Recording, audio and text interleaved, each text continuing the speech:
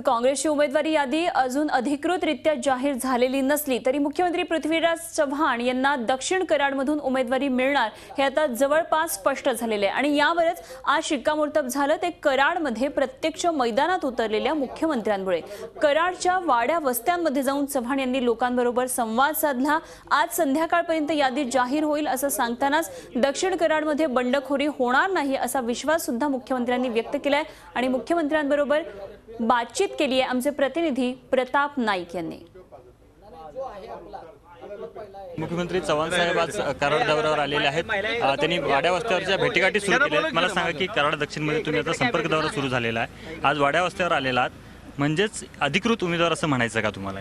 बघा, एक दिवसभरामध्ये अधिकृत यादी जाहीर होईल, जाहीर झाल्यानंतरच उमेदवारी निश्चित होते।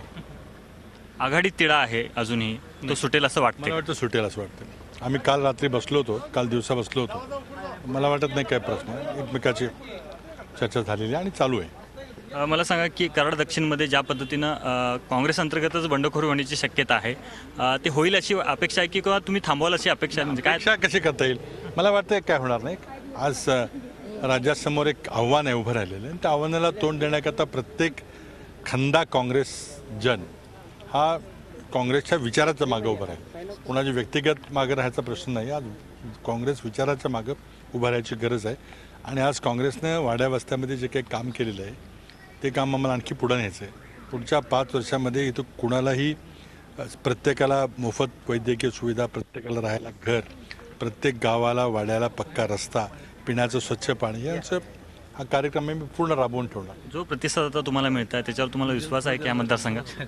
चला आता बघा, तुम्ही बघत राहा। Video journalist Mithun Rajdeep, Pratap Naik, Zee media, Karad, Satara.